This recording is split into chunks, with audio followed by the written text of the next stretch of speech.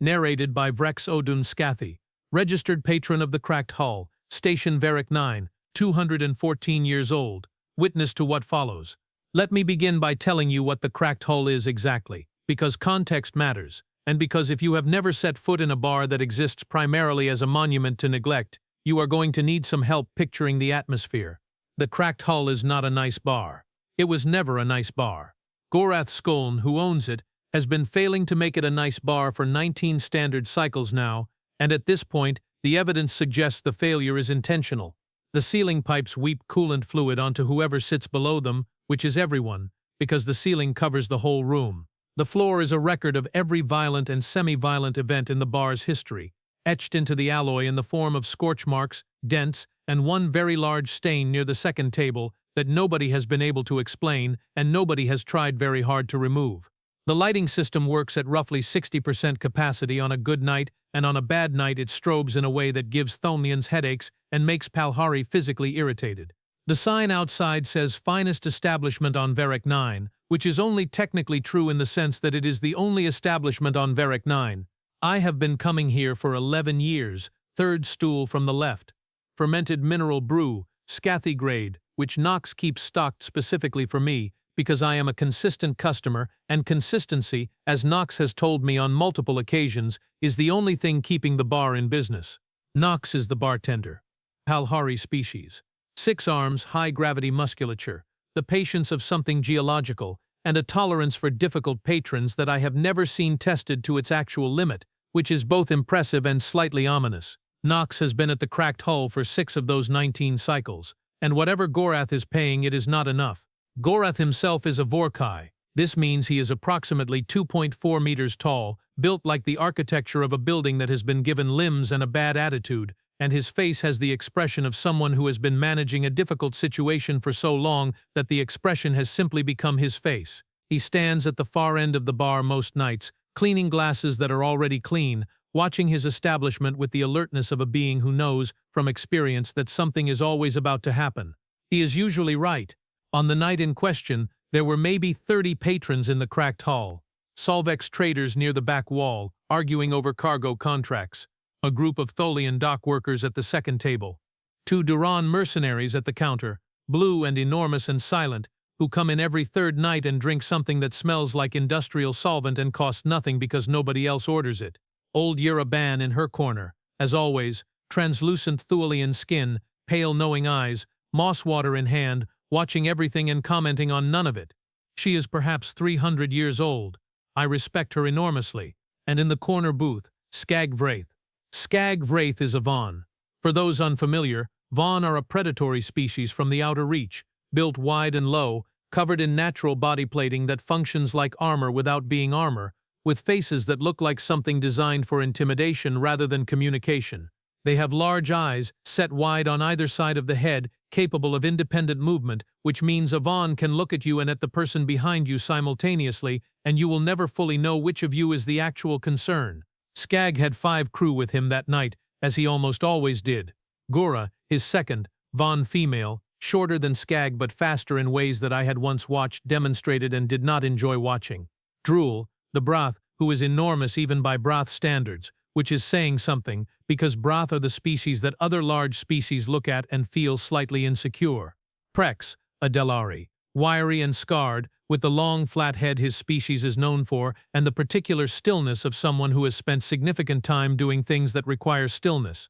And 2 more, Lorvak and Silen, who were quieter and therefore in my experience more dangerous than the obvious ones. Skagg had an arrangement with Gorath. He used the corner booth as a place of business. He paid for the privilege in credits, and in the additional currency of nobody causing structural damage to the Cracked Hull. In exchange, Gorath did not ask questions. Nobody did. The arrangement had been in place for 3 years. It was a fixture, like the dripping pipes and the bad lighting and the stain near table 2. This was, as I said, a normal night. Then the door opened. I will try to describe what it looked like when Cal Roven walked through that door, and I want to be precise because imprecision would fail to capture what was actually strange about it. Cal Roven was not physically remarkable by galactic standards. 1.8 meters, what his species calls a lean build. Not heavily muscled but not slight either, the build of something that has moved a lot, and done a variety of things. Dark hair cut short, brown eyes, a jacket that had been through several more experiences than it had been designed for, cargo pants, scuffed boots, a bag over one shoulder that sat against his hip with the comfort of something he had been carrying a long time. He was perhaps 30 to 35 standard years old by human reckoning, which in galactic terms is extraordinarily young, and yet his face did not look extraordinarily young. It looked like a face that had been paying attention. He walked in. He looked around. He nodded to himself. He walked to the bar and sat down on the stool next to mine.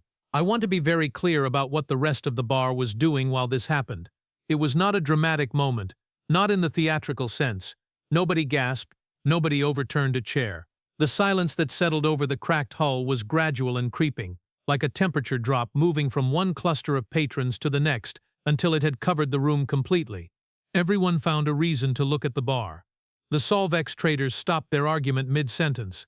The Duran mercenaries, who react to almost nothing, shifted their enormous heads toward the new arrival with slow, deliberate attention. Nox looked at him. 3 of Nox's 6 arms paused. The other 3 kept working, because Nox has professional standards. Cal Roven looked at Nox. "Hey," he said, "what have you got that won't kill a human?" Nox blinked. Twice, then because Nox is competent under pressure, 3rd shelf left side. Synthetic spirits brewed to Terran-compatible digestive chemistry.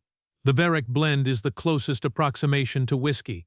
Most humans who come through rate it between acceptable and surprisingly good. "I will have that," Cal said. Nox poured it. Cal picked it up, looked at it, smelled it, took a third of the glass in one sip, made an expression. "Huh," he said. "Actually pretty good." He said it with genuine mild surprise. Not performance, not diplomacy. Just a man noting that something had exceeded his expectations, the way you note that a particular road turned out to be faster than the map suggested. He was sitting next to me. He turned and looked at me with those brown, direct, entirely unalarmed eyes. "Hey," he said. "Hello," I said. "Because what else do you say?" "You are Scathy, right?" he said. "I have traded with Scathy merchants at Yolan Station before." "That is correct," I said. "I am Scathy." "Good people," he said, and then he went back to his drink. I sat with that for a moment. He had identified my species correctly. He had referenced a specific trade hub. He had said good people with the casual sincerity of someone who meant it and was not particularly interested in elaborating. And now he was drinking his whiskey and examining the bottle shelf behind the bar with the calm interest of someone on a perfectly ordinary evening. He was not afraid. He was not performing bravery. He was simply not afraid. It was the most unusual quality I had encountered in a very long time, and I have encountered many qualities. The normal sounds of the bar began to resume. Quieter than before. More careful, but resumed. Conversation started again, with that particular undertone of awareness that means everyone is talking while also listening to something else. Everyone, that is, except the corner booth. I noticed Prex separate from the group first. Prex pushed back from the booth and walked toward the bar in the specific way that people walk when they have been sent to do something they consider beneath them but are doing anyway. He stopped beside Cal's stool. "This seat is taken," Prex said. Cal did not look up immediately. He finished his sip. Then he looked at the empty stool on his other side. Then at me. Then at Prex. "There is only one of me on it," Cal said. "The booth would like this section of bar space." Prex said, "You will want to move." Cal looked at the corner booth. He looked at Skagg. Skagg looked back at him. Flat-faced, wide-eyed, not blinking. Cal looked back at Prex. "Tell the booth I'm drinking," Cal said pleasantly. Prex made a sound. A long-suffering sound. "That was not a suggestion." "Noted," Cal said. He took another sip. Prex looked back at the booth. Skagg made a motion. 2 fingers. Prex turned back to Cal. "Get up," Prex said. The pleasantness was gone. What replaced it was the specific flatness of someone who is tired of the preamble. "No," Cal said. "I believe the bar stopped breathing. Not metaphorically. Physically. Multiple species simultaneously chose not to inhale." Prex reached out and put his hand on Cal's shoulder. I expected at that point for Cal to be moved, for him to stumble, or for something conciliatory to come out of him. Something that would lower the temperature and send Prex back to the booth with a story about the human who had folded, and allow everyone in the bar to return to their evenings.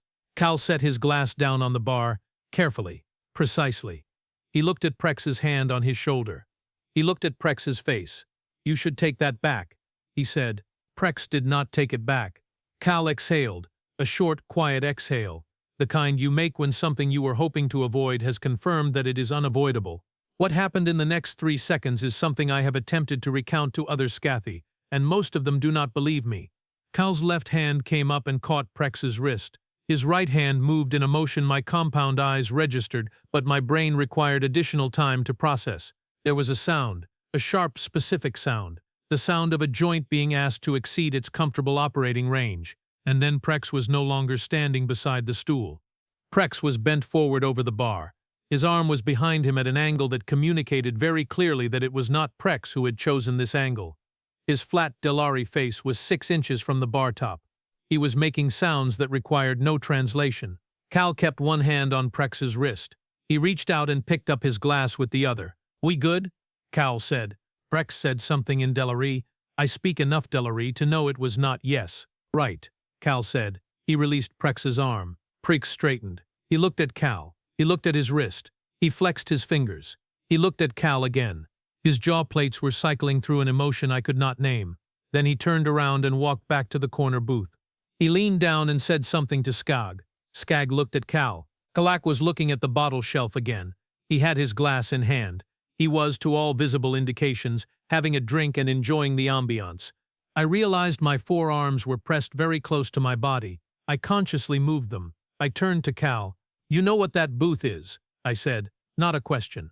"I have an idea," Cal said. "Skagg Vraith, Varek sector supply routes, protection arrangements, that kind of operation." "That kind of operation," I repeated, measuring the gap between his summary and the reality. "Is there more to it?" he asked. "Considerably," I said. Cal said. He looked at Gorath, who was at the far end of the bar cleaning a glass that was already clean, watching everything with the focused anxiety of a building owner watching someone else's argument happen inside his building. "That big Vorthak at the end. He's the actual owner, Gorath Skoln," I said. "Yes." Cal nodded slowly. "Does Gorath benefit from the booth arrangement, or does he simply endure it?" I stared at him, not because the question was complicated, because it reframed everything in a way I had not previously considered. I had always thought of Gorath's situation as a condition, a permanent state of affairs, not as a choice. Taj genuinely cannot tell you. "Interesting," Cal said. He drank from his glass. Then he stood up, picked it up and walked to the far end of the bar. He stopped in front of Gorath. Gorath watched him approach with the careful calculation of a man running numbers on multiple outcomes simultaneously. "You are the owner," Cal said. "I am," Gorath said. "Cal Roven," Cal said. He did not offer a hand. He had already noticed, as I noted, that Vorthak limb structure does not accommodate handshakes. He offered the name as simple information. "I know the name," Gorath said carefully. Something moved in Cal's face. "Brief. From where?" "Word moves through trade routes," Gorath said. "There was a matter at the Fen Port Authority last year. 3 broth enforcers and a cargo dispute that ended in a particular way. People who work shipping lanes talk." "Small sector," Cal said. "Smaller than people think," Gorath said. He was watching Cal the way I watched things I had not yet determined were safe. "What do you want, human?" "A drink, primarily," Cal said. "But I have a question, if you are willing." Gorath waited. "Your corner booth arrangement," Cal said. "Is it something you chose, or something you are managing because no alternative presented itself?" The silence that followed that question was a different quality than any silence that had come before it. It was the silence of something that had been sitting in a room unspoken for a very long time, suddenly being given words. Gorath's eyes moved to the corner booth. Skagg was watching the conversation. All of his crew were watching it.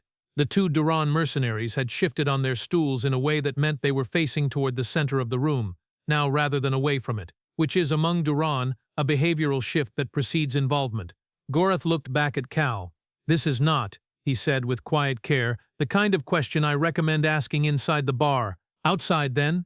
Cal said. "What?" Gorath said, more quietly. "Are you suggesting?" "Nothing committed," Cal said. "Just asking. You can answer it or not. I will finish my drink either way." Another long pause. Then, "No," Gorath said. "It is not something I chose." Cal nodded. A single small nod. The nod of someone whose measurement has returned a clear number. "Good to know," he said. He picked up his drink, turned around and walked back to his stool. He sat down. He set the glass on the bar. "Well?" I said. Well, what? He said. What was the purpose of that conversation? He looked at me. He considered. Genuinely, the best way to answer. There is a specific thing that happens, he said. When someone holds authority over a space without anyone willing to challenge them, they stop maintaining quality control on their own behavior. They start making assumptions about how situations will go. They stop being careful. He tilted his head slightly toward the booth. That outfit over there has been running on those assumptions for approximately 3 years. Assumptions make a particular kind of person predictable. I looked at the booth. I looked back at him. You are saying Skagg Vraith is predictable. I'm saying he might be, Cal said, and that I wanted to know whether Gorath would prefer things to be different, because if he would, then his cooperation in any subsequent arrangement is available, and the cooperation of the person who owns the location is worth a great deal. I stared at him. You intend to do something, I said. I intend to finish my drink, he said. And then? He glanced toward the booth. I looked. Skagg had leaned forward now, elbows on the table, speaking to Gurra. Gurra's expression was the careful blank of someone receiving and processing instructions. Drul was cracking his knuckles in the slow, rhythmic way that Brath do when they are preparing to use them. Cal turned back to his glass. They will move first, he said. That's more useful. He was right. It took 3 minutes. Skagg Vraith rose from the booth. He did not hurry. He moved the way a thing moves when it has decided on a direction and has no reason to rush. Gurra rose at his right, Drul at his left, Drul at his left. Prex fell in behind. Lorvac and Sillen spread out through the bar, unhurried, positioning themselves near the exits without announcing that was what they were doing, but everyone in the bar saw it. Everyone understood the geometry. The Solvex traders drifted toward the far wall. The Thulian dockworkers went very still. The 2 Duran mercenaries did not move, but their stillness changed, became alert, became the stillness of something about to have an opinion. Old Yera Ban, in her corner, lifted her moss water, took a deliberate sip and watched. Skagg stopped 3 feet behind Cal's stool. He did not speak immediately. He let the weight of the positioning do some work first. Stand up, Skagg said. Cal did not stand up. Stand, Skagg said. Up. Cal turned on his stool. He took in Skagg, took in Gurra, took in Drul, tracked Lorvac and Sillen near the exits in a single unhurried sweep. He did all of this without rushing any of it. Then he looked back at Skagg. What can I do for you? He said. Skagg Vraith had the specific delivery of someone who does not repeat themselves often because they have never needed to. You put hands on my crew. Your crew put a hand on me first, Cal said. That is not how this works, Skagg said. Okay, Cal said. He seemed genuinely open to the explanation. How does it work? You stand up, Skagg said, with the deliberate pace of someone who is aware that they are being very patient. You apologize for what happened with Prex. You leave, and then Prex and I decide whether we want anything further in the way of acknowledgement. Cal appeared to run this through some internal process, his lips pressed together. He nodded slightly, the nod of someone weighing a proposal they have received. Counter-offer, he said. The bar produced the specific sound of 30 beings simultaneously forgetting how lungs work. Skagg's wide eyes steadied on Cal. What? Counter-offer, Cal said again. You sit back down. You and I have a conversation. We work out an arrangement that benefits both of us more than this one does. This one being, specifically, whatever is about to happen if we don't have the conversation. Skagg looked at him. A long, flat, assessing look. And then, from somewhere in his chest, he produced a laugh. A real laugh. Low and grating. The textured sound of Vonn amusement. He looked at Gurra. Gurra's face remained composed, but something in its composition shifted toward agreement that yes, this was something worth laughing at. A human, Skagg said, looking back at Cal, sitting in my bar, drinking my bartender's drinks, breaking my man's dignity, and offering me a counter-offer. Your bar? Cal said. The laugh stopped. Gorath Skuln owns this bar, Cal said. Station licensing is posted on the exterior wall as Varek-9 law requires. Proprietor Gorath Skuln. License 4471C. I read it coming in. He paused. I'm genuinely curious which part of that documentation makes it yours. The silence that followed was not ordinary silence. It was the silence of a room that has heard something land and is waiting to see what it does when it lands. Skagg's eyes fixed on Cal, the wide forward-pointed focus of a Vonn that has committed to a direction. You, Skagg said, very quietly, have made an error in judgment. I have made several, Cal said. Most of them worked out. Drul moved. Broth are not subtle movers, they are large, and their speed relative to their size is the specific kind of surprise that beings who have not encountered broth before do not account for adequately. Drul crossed the space between himself and Cal's stool in less than 2 seconds, one enormous arm sweeping in a horizontal arc that was clearly intended to remove Cal from the stool and possibly from the nearby section of the room. Cal was not on the stool when the arm arrived. He had moved, laterally, in the gap between Drul's decision to move and Drul completing the move. And what Cal did with Drul's momentum was something I am going to describe carefully because I want you to understand it properly. He did not block it. He did not step aside from it. He caught the arm. He turned with it. He used the direction that Drul had already committed to, and Drul went where his own force took him, which was no longer toward Cal. It was toward the bar. Nox stepped back with excellent professional instinct. Drul hit the bar top chest first. The glasses on the near side rattled. One tipped over. The sound of a breath impacting a bar counter is something like a structural test, and Drul produced it in full, making a noise from somewhere inside himself that communicated profound and genuine confusion about how he had arrived at this position. Gurra moved before Drul had finished arriving.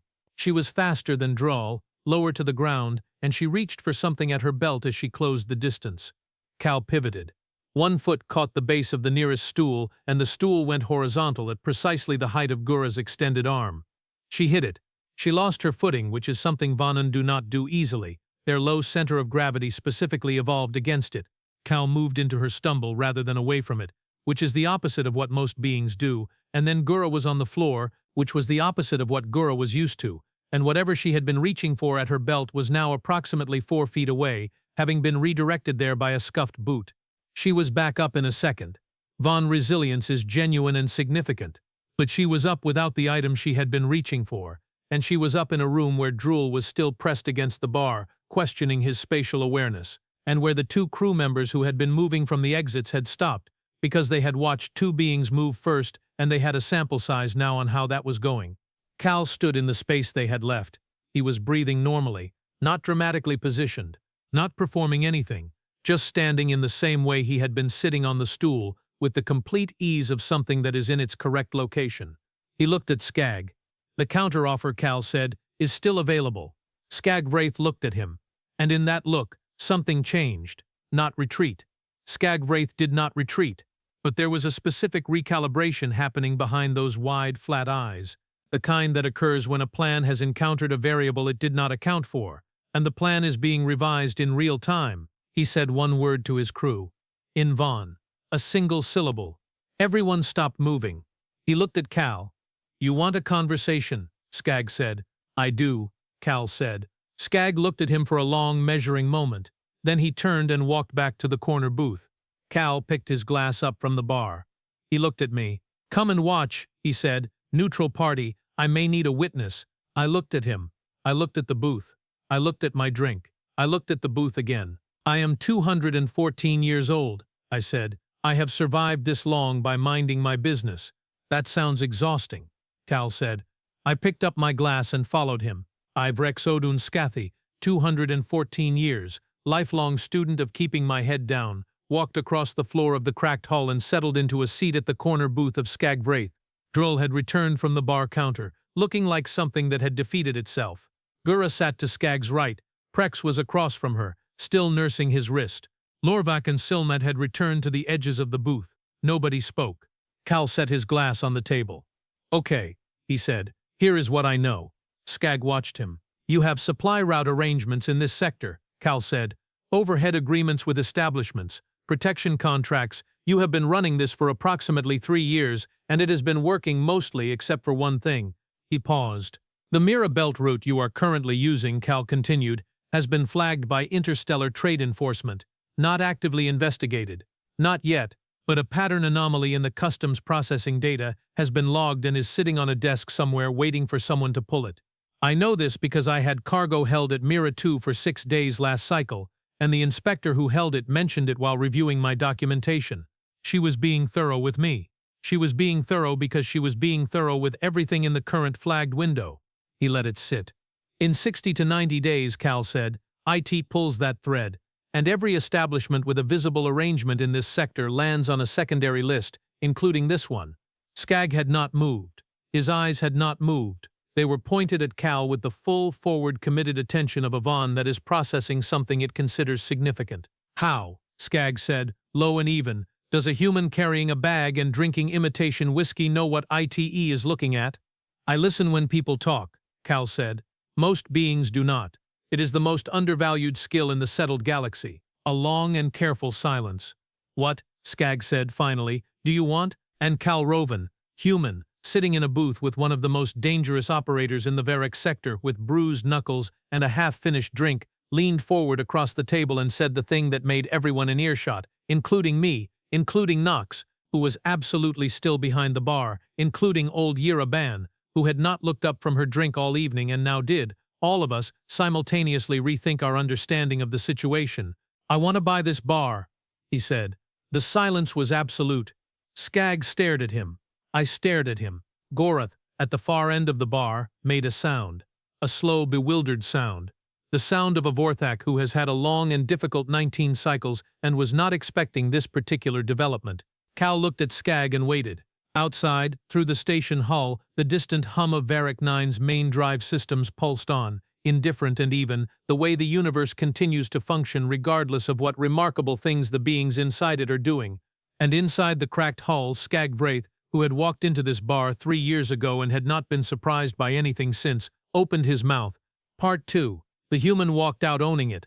Narrated by Vrex Odun Scathy, registered patron of the cracked hull, station Varek-Nine, 214 years old, still here, still watching, questioning every decision that led to this moment. Skagg Vraith opened his mouth, and then he closed it again. "I want you to understand how significant that is." Skagg Vraith, in the 3 years I had observed him operating out of that corner booth, had never, not once, been caught without a response ready. He was the kind of being who always had the next sentence, always had the room-reading instinct, always moved through conversations the way experienced predators move through terrain they know well, which is to say, without hesitation, without second-guessing, and with the quiet confidence of something that knows exactly which path leads where. He opened his mouth, he closed it, he looked at Cal Roven. And then, of all the things he could have said, all the responses available to a Vonn crime operator with decades of experience and a table full of dangerous crew, Skagg Vraith said, "Repeat that." "I want to buy this bar," Cal said. Same tone, same pace. As though he was placing a second order for something that had already been reasonably priced. "You," Skagg said, "want to buy this bar?" "Yes," Cal said. "From Gorath," Skagg said. "That depends on what Gorath thinks," Cal said. He raised his voice slightly, not dramatically, just enough to reach the far end of the bar. "Gorath, would you consider selling?" The entire bar looked at Gorath. Gorath, who had been standing at the far end in the rigid posture of a being watching a controlled substance interact with an open flame, stared back at the room for a moment, then at Cal, then at Skagg, then at Cal again. Gorath said. "Think about it," Cal said. "I will come back to you." He turned back to Skagg. He put both hands flat on the table, not as a threat, not as a dominant signal, just as a gesture of being present and settled and ready to have the actual conversation. "Here is what I am proposing," Cal said, "and I want you to follow it before you respond, because it is more useful for you than anything that was happening before I walked in." Skagg's wide eyes were steady on him. Gurra, to his right, was watching with the attention of someone who has been told to evaluate a situation and is taking the instruction seriously. Prex was looking at Cal's hands. "The ITE investigation I mentioned," Cal said. "It is real. I am not using it as leverage. I am using it as context. Because whatever you have been running through this sector has approximately 60 days of comfortable operation remaining before it becomes actively problematic, and once ITE pulls a customs thread, they do not put it back. They follow it. They are very patient, and they have a significant budget for patience." Skagg made a sound. Low. Non-committal. The sound of someone listening and withholding opinion. "The arrangement you have with this establishment," Cal continued, "is worth a specific amount to you on a monthly basis. I know the general rate for Varek sector protection contracts because I have spoken to people who have them and people who provide them, and I know what is standard and what is above standard. The overhead you collect from Gorath falls in the middle of the standard range. It is not your most significant revenue, it is consistent revenue, and consistency has value.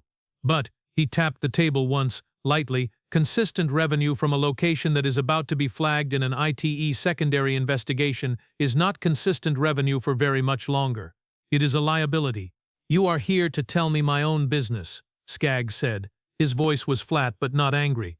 That was the thing. It was the voice of someone considering not responding. I am here to tell you I would like to purchase this establishment and take the IT exposure off your hands before it becomes your problem, Cal said. If you assist in that purchase, meaning if you facilitate the transition, reduce any pressure that might complicate the transaction, and clear the arrangement with Gorath, I will pay you. Not as protection money, not as tribute, as a consulting fee for the network knowledge you have in this sector, which I need, and which has genuine value to me. A long pause. I watched Gurra. She had turned her head very slightly toward Skagg. Not visibly, not obviously, but she had moved a fraction of a degree, the Vonn equivalent of raising an eyebrow. You want to pay me, Skagg said, to leave. I want to pay you, Cal said, for what you know, in exchange for a smooth transition of this location out of your active operations before that location becomes a problem. That is different from asking you to leave. One of those things involves you getting money. The other is just an insult. Drul, who had settled back into his seat after his encounter with the bar top and was still visibly reassembling his dignity, made a noise. I believe it was involuntary. Something between surprise and reluctant acknowledgement. Skagg looked at Cal for a very long time. The kind of time that feels structural. The kind of time that is doing work. Then he looked at Gurra, and they exchanged something in the way that beings who have known each other through many situations exchange things. Not words, not signals, just a mutual reading of a shared register. Gurra, very slightly, tilted her head. This was apparently the equivalent of a vote. Skagg looked back at Cal. What is the consulting fee? He said. Not what do you mean, not I am not interested. What is the number? The conversation had moved. Depends on the quality of the information, Cal said. I don't pay a flat rate for variable goods, but I pay well for accurate data, and I have a reputation for that. You can verify it with anyone in the Fenport shipping network. Skagg sat back. The posture change was small but significant. He had been leaning forward, the body language of confrontation. Sitting back was re-evaluation. It was the physical equivalent of picking a calculation up and starting it again from a different angle. The Fenport matter, he said. 3 broth cargo dispute. You said you had heard about it, Cal said. How did it end? Cal looked at him steadily. The cargo was released. The Brath were not. Skagg was quiet for 3 seconds. And the Port Authority? Filed it under internal disciplinary procedure. Cal said. Nobody was charged. The Brath were not in a position to file anything. Gurra made a sound. It was a very quiet sound. I am reasonably confident it was Vonn for, roughly, fair enough. Skagg straightened. He put his hands on the table in a mirror of Cal's posture. Flat, present, settled. They looked at each other across the table like two beings who have gotten through the part of a negotiation that involves furniture being broken and arrived at the part that involves terms. The route data you want, Skagg said. Mira belt alternatives. That is what you are after. Primarily, Cal said, and the contact network. The suppliers who operate outside the flagged window. The crew roster of who is reliable in this sector and who overpromises. Skagg absorbed that. That is not a consulting fee. That is a complete operational handoff. It is worth a complete operational payment, Cal said, and I am offering one. Name it, Skagg said. Cal named a number. I will not write the number because currency conversions between Scathi denominations and galactic standard credits are complicated and the specifics are frankly beside the point. What I will tell you is the effect the number had. Gurra looked at Cal with an expression that was, for a Vonn, unusually undisguised. Prex stopped rubbing his wrist. Lorvak and Siln, at the edges of the booth, both shifted forward very slightly in the involuntary way that beings shift when a number exceeds the threshold they were expecting. Skagg looked at Cal. That, Skagg said carefully, is above market rate for what you described. Yes, Cal said. Why? Because market rate pays for information, Cal said. Above market rate pays for a working relationship afterward. I overpay once up front, and the person I overpaid trusts that I deal in good faith, which means I can come back to that person when I need something in a sector they operate in. The return on the overpayment is the reliability of the contact. It is not generosity, it is investment. The silence that followed that statement had a different quality than any of the silences before it. This was not the silence of surprise or threat or uncertainty. This was the silence of a room full of beings genuinely reconsidering something. I caught myself reconsidering something. I am 214 years old. I have sat in this bar for 11 years. I have watched Skagg Vraith operate out of that booth and regarded him as the permanent feature of this location, the wallpaper of power in the cracked hull.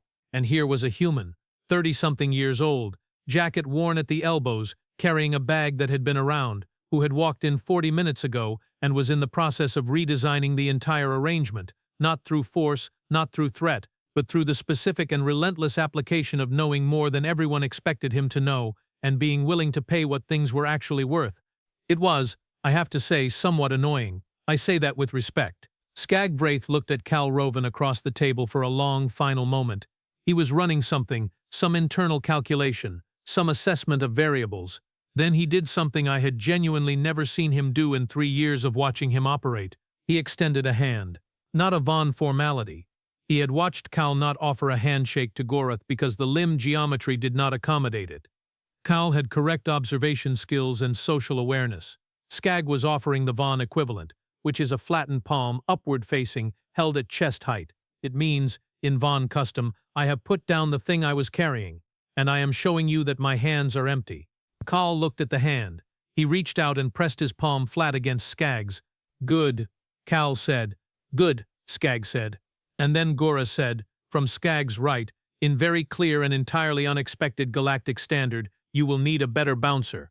We all looked at her. She shrugged, both shoulders, the 4-point Vonn shrug that involves the secondary shoulder joints. The human fights well enough, but one is not enough for a station bar, particularly one that will now be known as the place where Skagg Vraith's arrangement ended. That will draw attention. Cal looked at her. Are you applying? Gurra looked back at him steadily. I am noting a gap in your operational planning. She is applying, Skagg said. He sounded somehow entertained. It was a subtle shift, but it was there. Cal tilted his head. He looked at Gurra with that same direct, unhurried assessment. Then he looked at Skagg.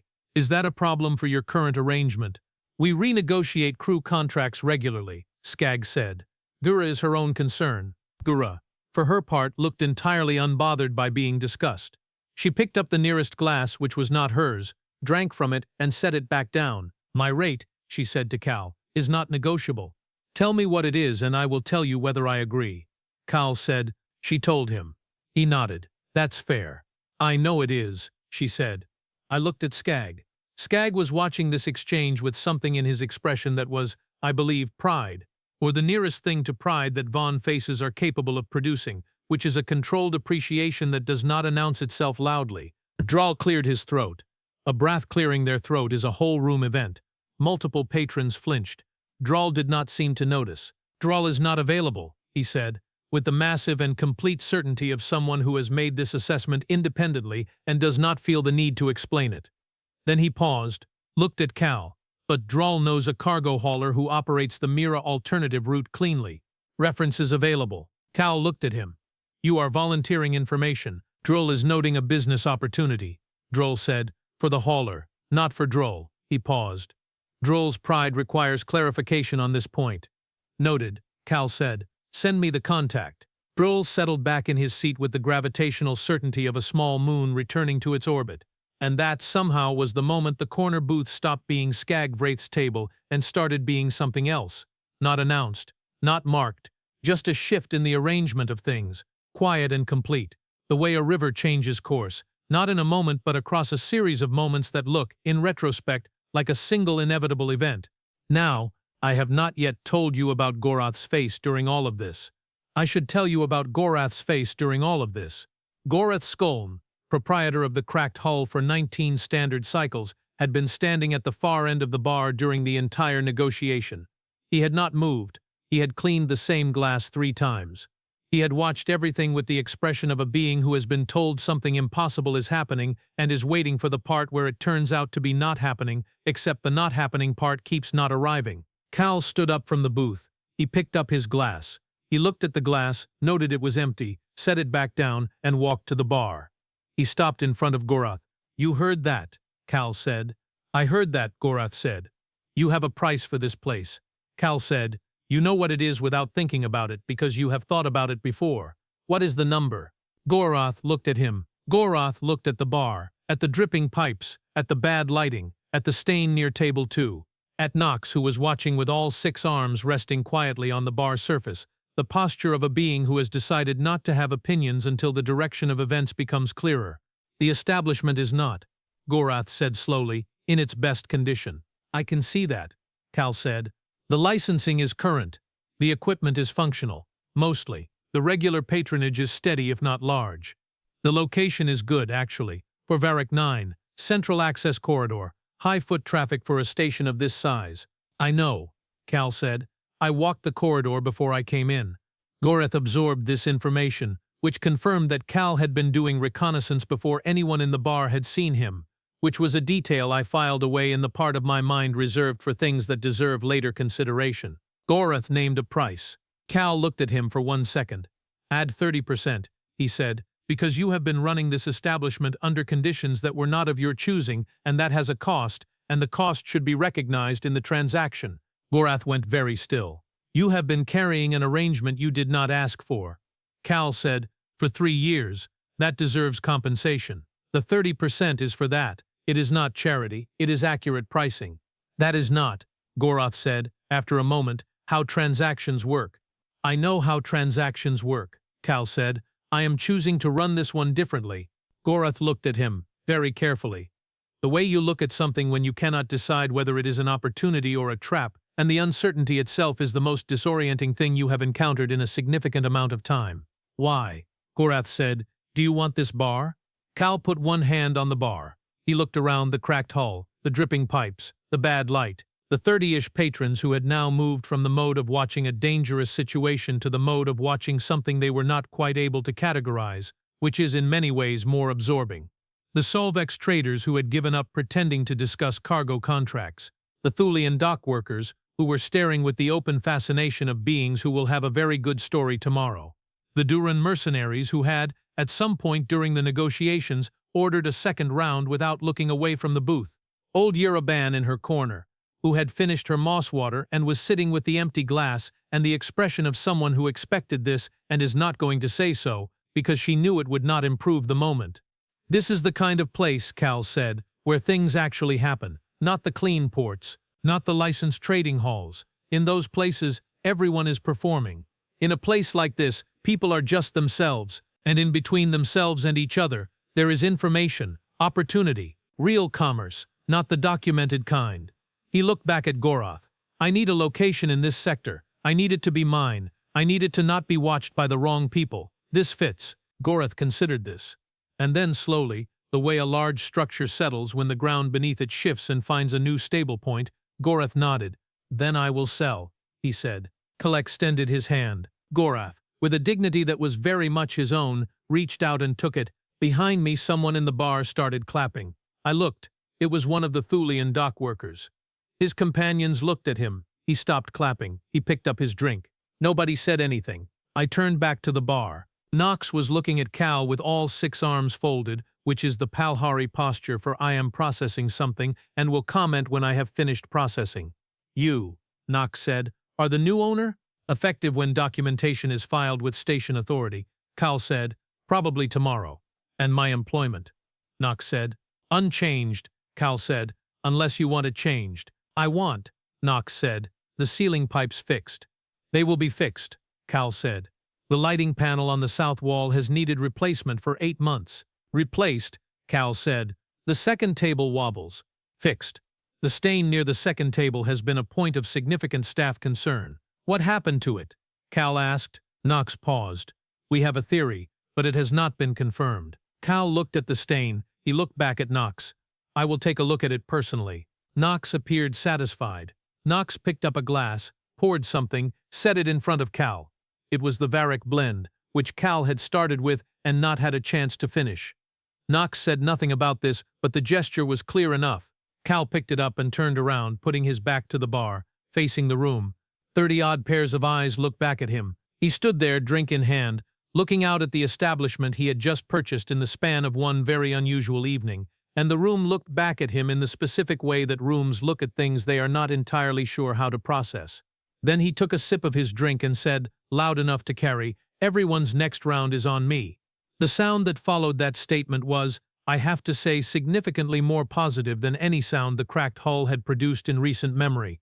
It was not applause. It was the sound of approximately 30 beings simultaneously deciding that whatever had happened this evening, it had resulted in free drinks, and free drinks are a universal denomination of goodwill that crosses every species barrier in the settled galaxy without exception. The bar resumed. Not the cautious, half-muffled resumption from earlier, a real resumption. The Solvex traders went back to their argument with actual energy behind it. The Thulian dock workers started talking at a volume that suggested they were describing the evening to each other as it was still happening. The Duran mercenaries each received a fresh glass of their industrial-smelling compound and raised them simultaneously in the direction of the bar, which was, for Duran, an extraordinary display of social warmth. Nox moved with the efficient purpose of someone who has 6 arms for a reason and intends to use all of them. I stayed at the bar. I had been moved to the booth and back and through more of the evening than I had planned for, and my mineral brew needed refreshing, and I was still working through several things internally. Cal sat back on his stool. The one next to mine. The same stool he had occupied at the beginning of all this. You planned this before you came in, I said. He looked at me. The corridor reconnaissance, I said. You knew about the ITE flagging before tonight. You walked in with a specific set of objectives. You chose the bar stool, the seat near the booth. You waited for them to approach you rather than approaching them. He considered this. You also, I continued, knew Gorath would say yes, because you asked him first whether the arrangement was chosen or endured, and once he said it was endured, you had your confirmation that the sale was possible. You were not making a spontaneous offer. You had already qualified the seller. Cal looked at me for a moment. Then, you pay attention. I am 214 years old, I said. I have been paying attention for a very long time. I simply do not usually do anything about what I notice. He smiled. It was a brief smile, the kind that appears and then gets set aside, not unkind, not dismissive. And what do you notice now? That you are very good at this, I said, and that you walked into this bar knowing what you were going to walk out with. Which is slightly alarming, given that you made it look like a series of reactions. Everything looks like a series of reactions, Cal said. Most things that look planned look reactive in the moment. That's the point. I absorbed this. You were never in danger, I said. He picked up his glass. He thought about it. I was in moderate danger, he said.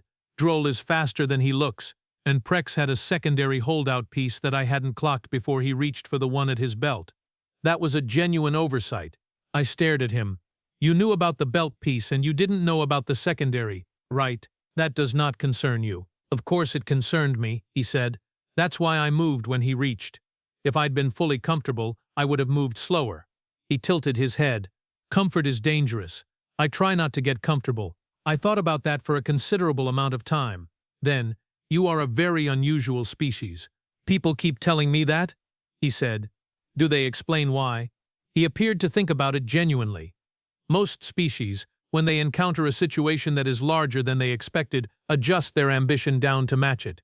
Humans adjust up. It's not bravery, exactly. It's more like…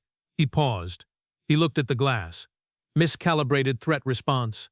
We see something big, and instead of running the numbers on survival odds, we run the numbers on how to get something out of it.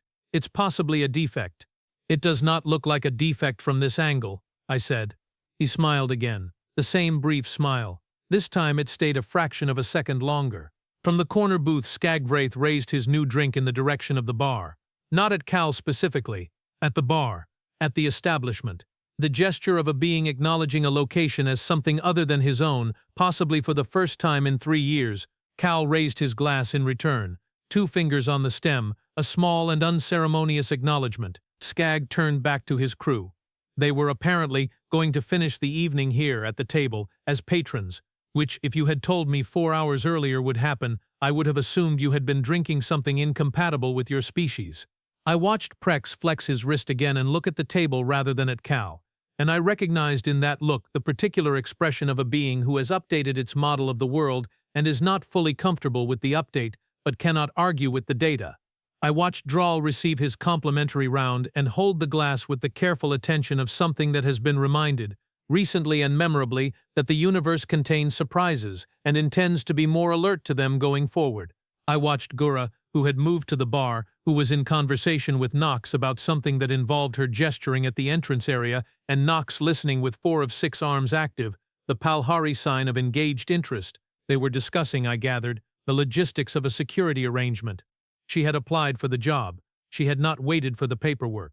I watched Gorath, who was now standing not at the far end of the bar in the isolated posture of a man managing a hostile situation, but in the middle of it, talking to 2 of the Solvex traders, talking in the way that an owner talks when the thing making him small in his own establishment has been removed and there is suddenly space for him to expand into. He looked different. He was the same being, same face, same posture, same 19 cycles of wear behind the eyes. But the set of his shoulders was different. The angle of his head was different. The look different in the way that a building looks different when the cloud that was blocking the light of it moves, and you can suddenly see what the architecture was always supposed to be. Cal was watching this too. I could see him watching Gorath, and on his face was an expression I have not been able to fully name in the time since. It was not satisfaction, not quite. It was not pride. It was something quieter than both of those. Something like recognition.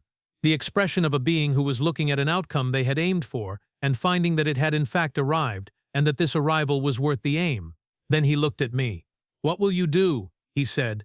"I am going to finish my drink," I said, as I planned to do when I arrived, before the evening became complicated. "And after? I come here 3 nights a week," I said.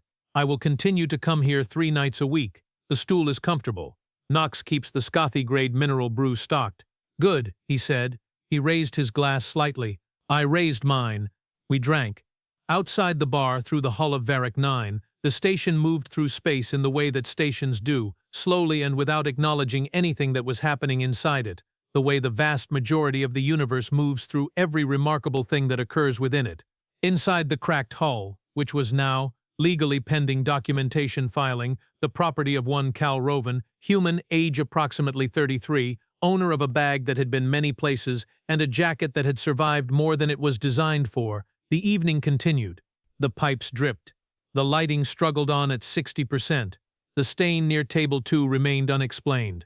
The sounds of 30-odd beings talking, arguing, drinking, and conducting the ordinary business of their ordinary lives filled the room in the comfortable, layered way that sounds fill a room that has been used for a long time by many beings who had nowhere better to be and found that this place was, in its particular and unlovely way, somewhere they wanted to be anyway. Gorath laughed at something the Solvex trader said.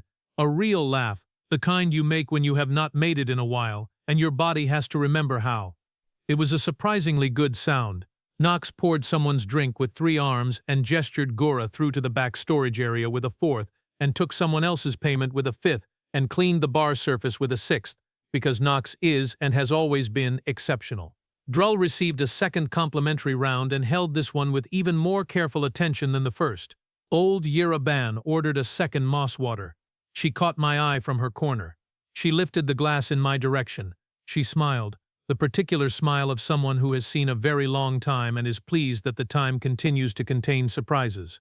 I lifted my glass. At the bar beside me, Cal Roven, proprietor, was on his 3rd Varek blend and was in conversation with one of the Thulian dock workers about load schedules on the main cargo ring, because of course he was, because the evening had concluded and the work had simply changed form, and human beings apparently do not have a clear delineation between the two. I listened to him talk. I finished my drink. I ordered another, which Nox produced with the efficiency of someone who did not need to be told and never had. I thought about what Cal had said, about miscalibrated threat response, about adjusting up rather than down, about seeing something large and running the numbers on what to get out of it rather than the odds of surviving it. I have studied 19 galactic species in my 214 years. I have traded with 12 of them. I have lived beside 8 of them. I have observed through the specific and limited aperture of a bar stool in an unremarkable establishment on an unremarkable station, more of the settled galaxy's actual workings than most beings observe in total. And I will tell you what I have concluded. On the night that I watched a human walk into the cracked hull with a bag and a jacket and buy it by closing time. Every species has a thing that it does better than the others. The Vonn read rooms, the Palhari sustain, the Brath endure, the Durin wait, the Thulians connect, the Scathy my own people, observe, humans plan. Not in the large organized institutional sense, not with committees and forecasts and structured methodology. in the immediate, particular, relentless sense, in the sense that a human walks into a room that is already arranged, and before they have taken their coat off, their mind has already begun rearranging it. They see the gap between how things are and how things could be, and that gap does not read to them as a barrier, it reads to them as a question, and they are, as a species, constitutionally unable to leave a question unanswered. This is not, as Cal suggested, a defect. It is the most dangerous thing I have ever encountered in 19 species across 214 years, and I have encountered it in the form of a man with a worn bag sitting on a stool next to mine. The cracked hull, on the night in question, closed 2 hours later than usual. Nobody wanted to leave. That had not happened, to my knowledge, since the bar's opening. The regular patrons, the traders, the dock workers, the mercenaries, Yereban, stayed past their usual hour without deciding to. The way you stay somewhere longer than you planned when the atmosphere has shifted from endurance to enjoyment without your noticing the transition. When I finally stood, I buttoned my coat, settled my bill with Nox, and looked at Cal, who was still at the bar, reviewing something on a datapad that he had apparently produced from the bag without anyone noticing, going through what looked like station licensing documentation, which meant he had already downloaded it, probably before he had walked through the door. "Good night," I said. "Good night," he said, not looking up. I took 3 steps toward the door. Then I stopped. "Cal Roven," I said. He looked up. "You planned all of it," I said, beginning to end, the stool, Prex, the booth, Gorath, the IT information, the fee, the offer. You walked in knowing what you were going to walk out with. He looked at me. "Yes," he said. "And if something had gone differently," I said, "if Skagg had not agreed, if Gorath had not been willing, if the evening had gone in a direction you did not expect." He set the datapad down. He thought about this with the seriousness it deserved. "Then I would have had a drink and left," he said, "and found another location." "Just like that," I said. "Just like that," he said. I looked at him for a moment. "That," I said, "is either the most rational thing I have heard or the most frightening." "Probably both," he said. "Probably both," I agreed. I walked out. The corridor of Varek-9 was quiet at that hour. The lights in the access hall ran at their standard dim setting, the station's version of night, the rotation cycle that told beings to rest even in a place where there was no sun to set. I walked to my berthing without hurrying. Behind me, through the station hall, the new sign was not yet made, the documentation was not yet filed. Cal Roven did not yet, technically, own the cracked hall. But he had walked out of it, and nobody who had been there that night had any question about who it belonged to. The end.